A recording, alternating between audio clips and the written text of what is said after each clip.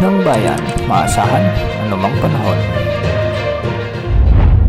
Magandang oras po sa ating lahat. Narito ang latest update kay Bagyong Aghon sa mga oras na ito.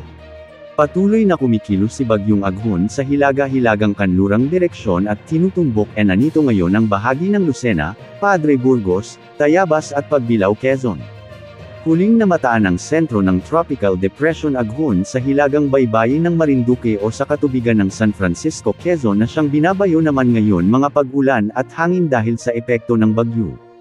Taglay pa rin ang lakas ng hangin na aabot sa 45 km/h malapit sa gitna, at pagbagsong aabot sa 70 km/h. Kumikilos ito ng kanluran-hilagang kanluran sa bilis na 20 km/h. Ayon sa track naman ito mula sa Joint Typhoon Warning Center, si Bagyong Aghon ay inaasahang kikilos ng pakanluran-hilagang kanluran patungo sa bahagi ng Quezon. Magla-landfall ito sa bahagi ng Lucena o Pagbilao at tatawirin ng Tayabas, Lucban, Louisiana, at Cavinti. Sa mga susunod pang mga oras ay babagtasin na nito ang bahagi ng Laguna particular sa Paete, Siniloan, Santa Maria at lalabas sa kabundukan ng Infanta, Quezon.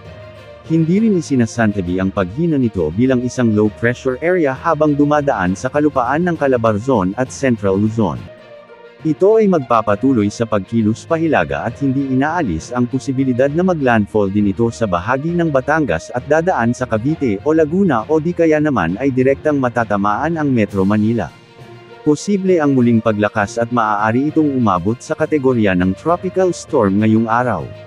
Mamayang hapon, magsisimulang mag-recurve si Aghon patungo sa Hilagang Silangan.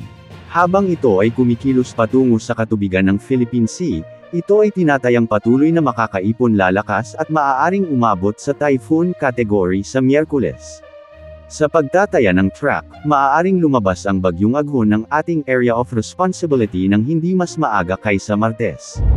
Sa ngayon, nakataas ang signal number 1 sa mga lalawigan ng eastern portion ng Quirino, eastern portion ng Nueva Vizcaya, Bulacan, eastern portion ng Nueva Ecija, eastern portion ng Pampanga, Aurora, Quezon kasama ang Polillo Islands, Metro Manila, eastern portion ng Cavite, Laguna, Rizal, the eastern portion ng Batangas, Marinduque, northeastern portion ng Oriental Mindoro, eastern portion ng Occidental Mindoro, at Romblon, Camarines Norte, Camarines Sur, Catanduanes, Albay, Sorsogon, at ang Berias at Ticao Islands.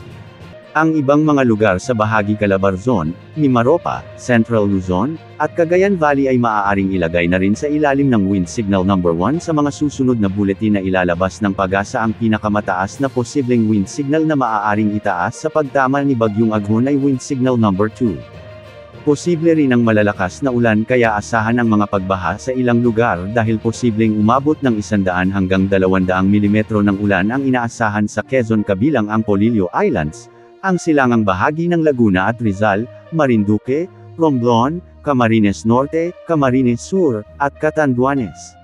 Posible rin ang 50 hanggang 100 mm na ulan sa silangang bahagi ng Isabela, Aurora, Metro Manila, ang natitirang bahagi ng Calabarzon, Oriental Mindoro, Occidental Mindoro, at hilagang bahagi ng Kanlurang Visayas.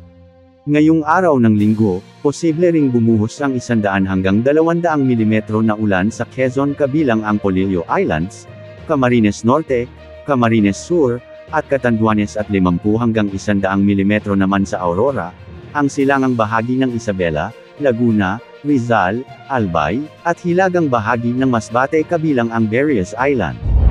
Dahil sa inaasahang pagtawid ng bagyo sa kalupaan at sa bahagyan nitong paglakas habang nasa Philippine Sea, asahan na sa mga susunod na araw ay unti-unti na ring hihilain nito ang mahinang habagat o ang southwesterly wind flow. Makakaapekto naman ang pag-uulan nito sa kanlurang bahagi ng bansa particular sa Palawan, Mindoro Provinces, Bataan, Zambales, Pangasinan, La Union, at Ilocos Provinces.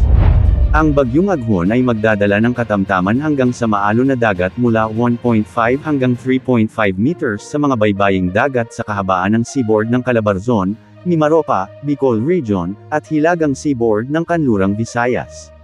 Ang mga mangingisda ng mga motor na debangka at mga barkong may katulad na laki ay pinapayuhan na magsagawa ng mga hakbang sa pag-iingat habang nakikipagsapalaran sa dagat at, kung maaari, iwasan ang pag-navigate sa mga kondisyong ito, lalo na kung walang karanasan o nagpapatakbo ng mga barkong walang kagamitan.